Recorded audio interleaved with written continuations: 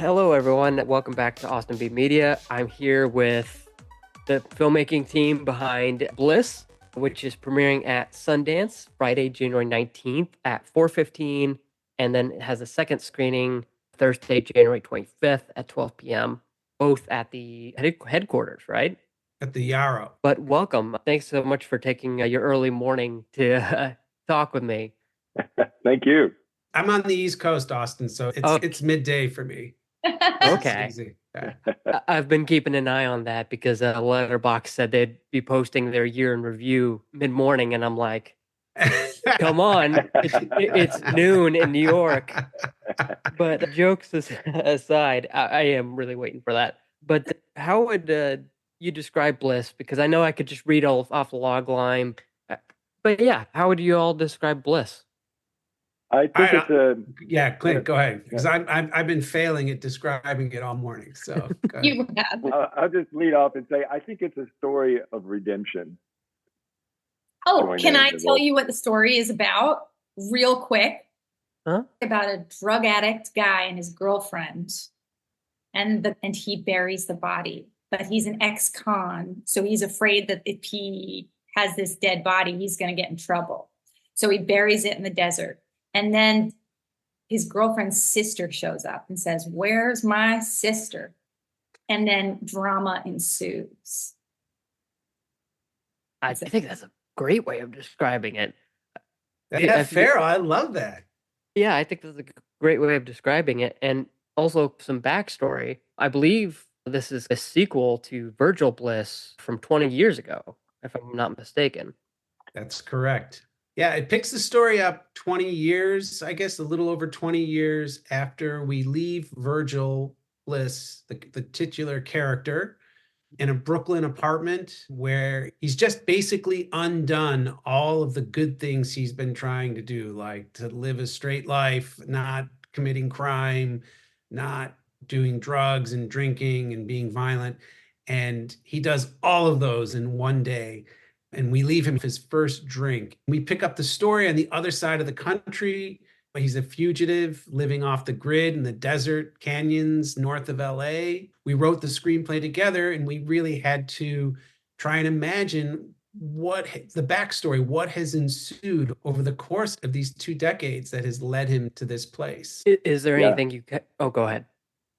Oh, no, I was just agreeing with Joe. That's where we had picked it up 20 years, which in this case is interesting to me because this not only does the story occur 20 years later, but it's the same people 20 years later. So we are literally making it 20 years later with the same person. Yeah, but I guess in that sense, did you have to go to any kind of inspirational look at any old movies to think about what happened in these 20 years? Or what did you, how did you fill in the blanks of what happened between the Virgil Bliss and Bliss? We talked a lot. Yeah, definitely. We did. Farrell and I had met working with her earlier and also on her project. I started to talk to Joe. I said, met this really brilliant artist, and we really should work together in some capacity because she's our people. I think the pandemic, we were starting to have to wear a mask and not go outside, and we were on Zoom all the time. We were very isolated, and there was this feeling that we were going to die. We weren't getting any younger, and the pandemic really reinforced the whole idea of mortality and doing something that brought us joy, which was something we did when we were young without really thinking about it. Joe and I started to talk, and the idea of a sequel. Where is Virgil now? What has he done? That started to kind of form, and then Farrell came on board. We all instantly bonded and started working on the story through very long conversation over time to develop things through a process of time, allowing us to imagine what may have happened to Virgil in those years, and then who he meets and where we find him now and what is his story at this point. So that's how it came into being. Yeah, and I guess describe your role. I know we just briefly talked about it. Like, what did you make into the movie? Like, how did your other projects inform Bliss? Yeah, I'd just love to hear from you. Oh, thank you. I would say that after working the second time with Clint on a short film that I made loved collaborating with him so much. I love rehearsing with him, and I love just talking to him about story. And so when he started talking about Joe and this film that they had made and their whole artistic collaboration, it seemed like such a no-brainer that we would all work together. And dare I say, we're a dream team. And it was really fun. Just working with Clint originally just made me so hungry to keep working together. And we will continue to. It's so fun. It's such a joy to work with both of them.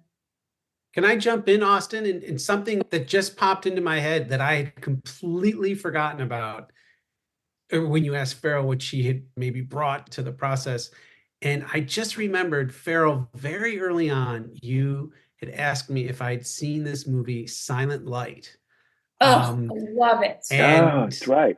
Right. And I forget the director's name, but it's based on a Miriam Toews story, I think. And it's about this sort of Amish community. It's in South America. The Mennonite community in Mexico. But there was a story point, where this character dies and then comes back to life. And I remember that became a very important theme for me. And I think in our story, I had envisioned that Dwayne, aka Virgil, would bury Amy and then they would dig her out. She would somehow come back. Well, that's why Joe is Amy in a way. But anyway, so that was a very important, that led to the whole burial storyline. And then, of course, that evolved and we took it in a completely different direction than what was in Silent Light. But I had forgotten about that completely. And Austin, I don't know, something you said just triggered that. But it was that kind of a process, right? Where we would say, hey, watch this movie, or I read this thing. Do you remember that Carver story? And it was a lot of talking and sharing movies and ideas. And eventually the story just evolved and evolved. And it changed even once I got out to LA and we started looking for locations. It changed. We had to change the hero location, the place where Dwayne and Amy are living. The location was not really the kind of location we wanted.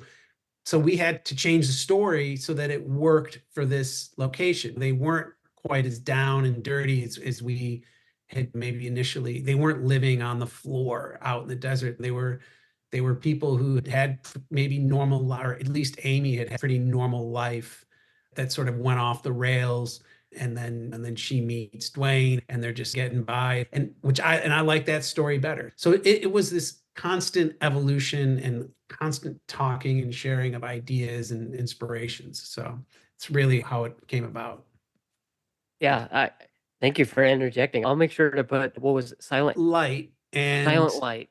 Really mannered. It's very quiet. And I guess you could say Bliss is all of those things. But I believe they do a sunrise and a sunset in real time. Like they film a real sunset, they film a real sunrise. And the whole movie is this, oh my gosh. And it's about endurance. And then at the very end is just a piece of magic. The whole movie is super raw, real life. And then at the very end is this magical moment that's totally fantastical. And it's so good. It's the director's Carlos Regadas. And he did a film before this that was I can't remember the name of it, but like really also very intense. Anyway, we're not talking about Carlos Regadas. We're talking about so good. We can, but and are we sure Farrell didn't direct this Silent Light and she just came back and was like, I wish. And honey, I will. But my style, I'm a little bit more. I have ADHD and my films are very, I think, faster. And as much as I want to film a sunset in real time, that's just, actually, I did write that into a screenplay. But no, I'm different.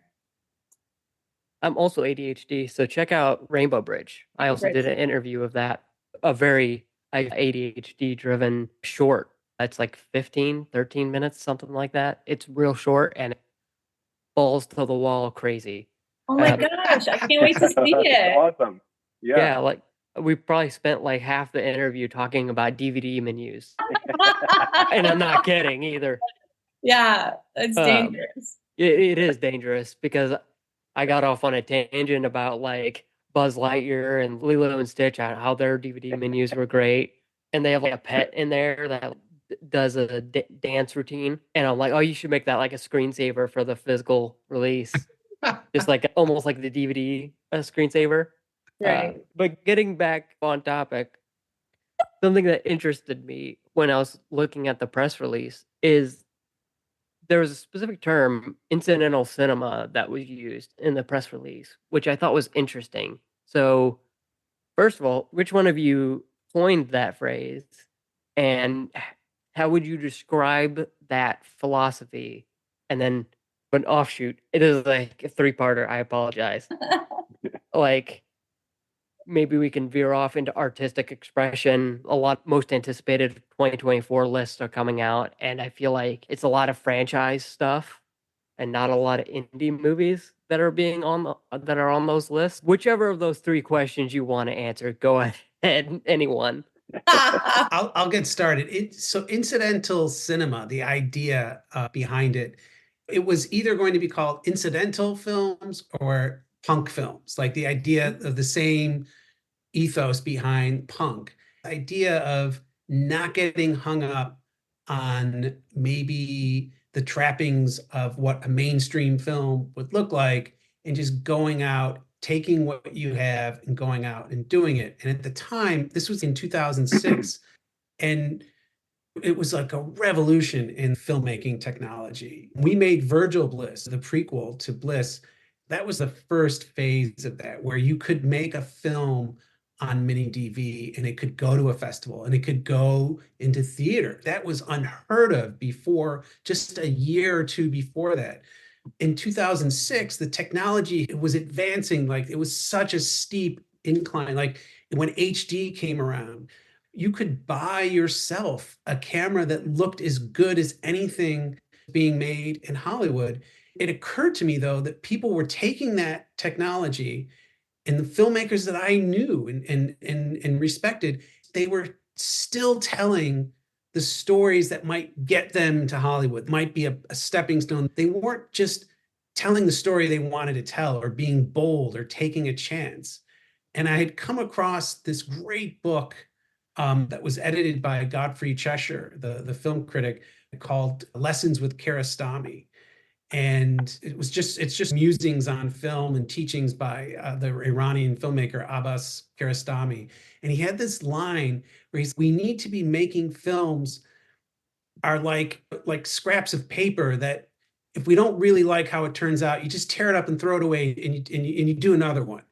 And I loved that idea, and I wanted to run with that. I wanted to run with that idea. I know really great actors. I know really great cinematographers, and we can just we have the technology. What are we waiting for? Why are we waiting for someone to give us permission to tell the story we want to tell?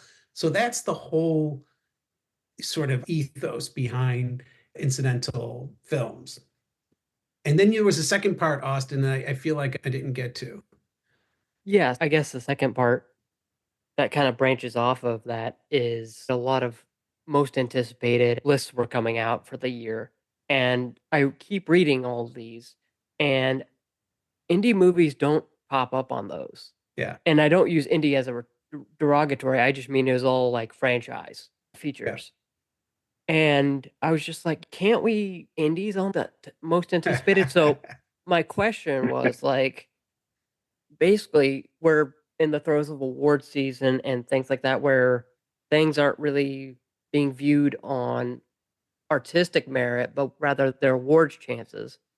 So I guess my question is, do you think audiences are receptive, and this is a heady one, to films made purely for artistic expression without considering commercial stuff like, hey, is this going to start a franchise? Is this going to be the next Marvel movie or anything like that? And nothing against Marvel movies. Yeah. I don't want to get flamed on the internet. I think people watch movies for different reasons. Sometimes people can escape in Marvel movies, and it's like going to an amusement park. Some directors already compared it to that and been flamed already. But for me, I go to movies because I love the stories, and I love stories of human beings and human beings in conflict. Ultimately, I think that when we become lost in a movie, we become the character, and we're with the character in their journey, trying to figure out how to get out of this problem. just like the main character is. Consequently, we're able to, not to be too heady about this, but I think we're able to have some catharsis. The main character may die in the end, or something horrible happens to them, or something wonderful. In any case, we can stand up when the lights come on and stretch and go back into our life, and having felt vindicated. As an actor who worked a lot on stage, I think in the theater where storytelling began in the forum, religion and storytelling were one and the same. We depended on these stories being told because they were telling our stories as the audience member. And in Greece, they would kill the actor if he wasn't very good, which might be still a good idea. I don't know. but I do feel that indie, so speaking to indie, when we say indie, I think a beautiful story well told is going to stand up just like a beautiful song played. When Kurt Cobain came along and started to sing his songs, you could play it on an acoustic guitar, and you didn't have to have a foreigner kind of production budget for his music. In fact, it just worked, and it was compelling to us. And I think that if we take the label off, indie, big budget, movies that are compelling to us are ones that we are drawn to as human beings, I think, organically. I feel like this idea, and I don't mean to be pretentious here, but I'm trying to give the right, to quote the right person. I think it was Aristotle. You cannot rub up against soot and expect to come away without the benefit of a little soot. And I think right now, people, I get on the subway and everyone's on there looking at their phones, and they're watching and they're looking at TikTok and YouTube shorts and all these things.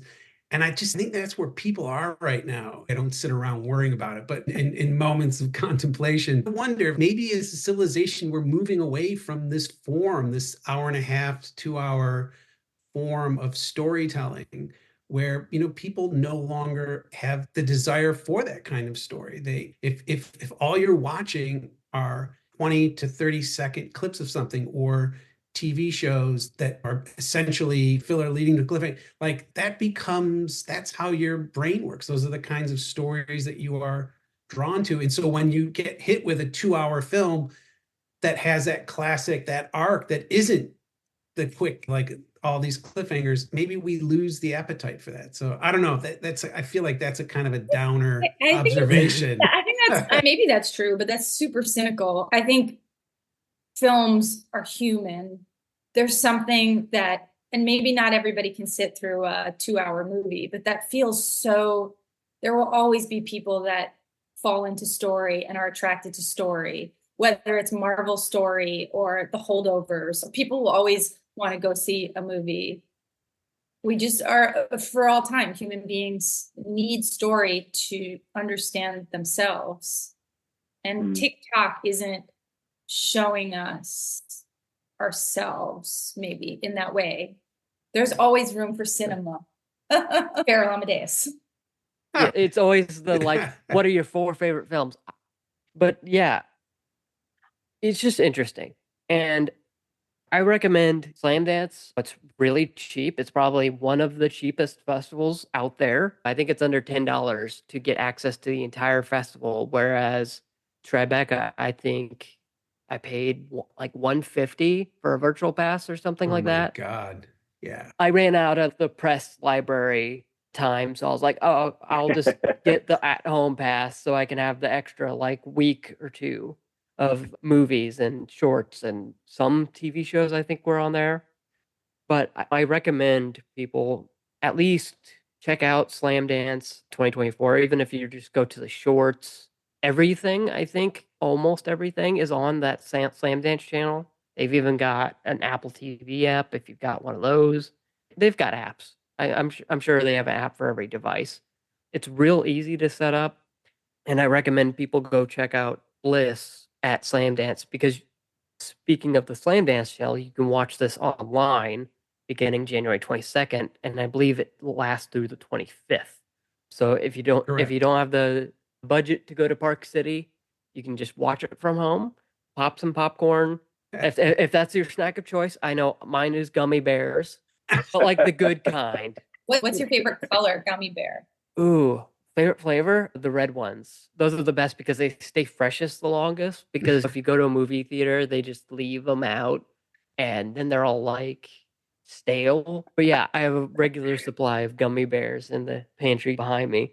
Austin, can I interject one thing? Just in also online at Slamdance and their channel and for the festival will be Virgil Bliss, which was the 2001 film, will be Nice. showing. And then I believe Bliss will be up starting on the 22nd as well. So you could do a double feature. You could see Clint Jordan 23 years younger. I had to watch it to do some subtitling, and I think you look better. You've aged.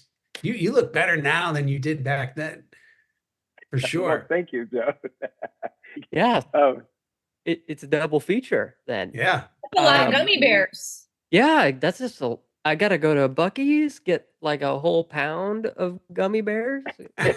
But here's my thing. Buc-ee's doesn't have gummy worms. You have all these gummy bears, but no gummy worms. I don't understand it. Are you a gummy worm type of person?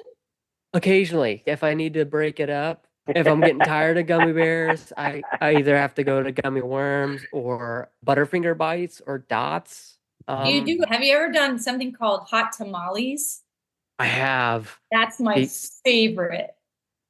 They don't stock hot tamales. It's a rare candy. How Honestly, about Yes, no. Mike and Ike's by the makers of hot tamales? I don't like Mike and Ike's because of the flavor, but hot tamales, the cinnamon flavor, that's me. Yeah, I'll have to go on eBay, buy They a have them at pallet. Target. They have them at Target. There you go. Hard to find. You can't go to Walmart. You go across the street, go to Target. Literally, for me, it's literally right across the street. But yeah, you can catch Virgil Bliss and Bliss the week of the 22nd, I believe. Yep. Is Virgil Bliss the 22nd? I'm not sure when that goes up, but it will. Okay. Yes, definitely the festival. It will be on by, I would say, the 19th. It will be up. Okay, so catch it back to back. If you're watching it on the 22nd, watch Virgil Bliss first, and then watch Bliss. Just back to Yes. back. You got a double feature right there. But yeah, and obviously check out a bunch of other Slamdance stuff. No, I'm sorry. No, those were Sundance. Those are Sundance. I'm getting mixed up. But yeah, so go across the street for those. But yeah, go check it out. I'll have links to both in-person and online tickets in the description of the YouTube link, the podcast link, and the website link. Because these days you got to post things 3 times to get eyes on things. But I want to thank all of you for coming on. Apologies if I didn't ask all the questions. I've literally got a list of 15 here. If I asked all of them, we would be on here for hour 15. But with that said, I hope everyone checks out Bliss at Slamdance. If you don't, at least check out my review coming on the 22nd. So check it out. And until next time.